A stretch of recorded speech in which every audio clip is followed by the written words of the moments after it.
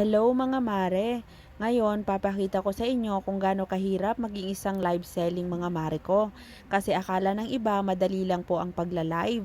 Hindi po madali ang pagla-live mga mare, lalo kung hindi ka po sikat. Minsan, dumadating sa punto na kahit ilang oras ka nang nagla-live, wala pa ring bumili.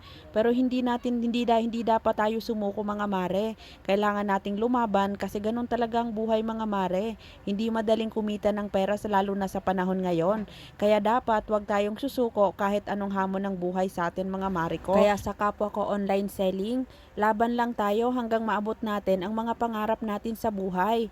Sabi nga nila, para sa pamilya, kaya nating gawin ang lahat, 'di ba? Minsan, hindi talaga natin maiwasan ang mawala ng pag-asa.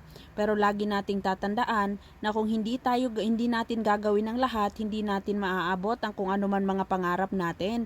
Kaya dapat, laban lang tayo dyan hanggat may naniniwala sa atin, hanggang may sumusuporta, hanggang may paisa-isang bumibili, tuloy lang natin yan.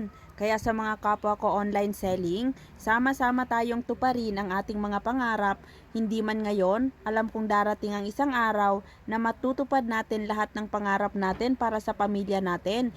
At mapaparanas natin sa mga magulang natin kung ano ang deserve nila. At darating ang isang araw na magiging worth it lahat ng pinaghirapan natin, ang ating pagod, puyat, at pagkapaos sa kakasalita para makabenta lang sa ating mga viewers.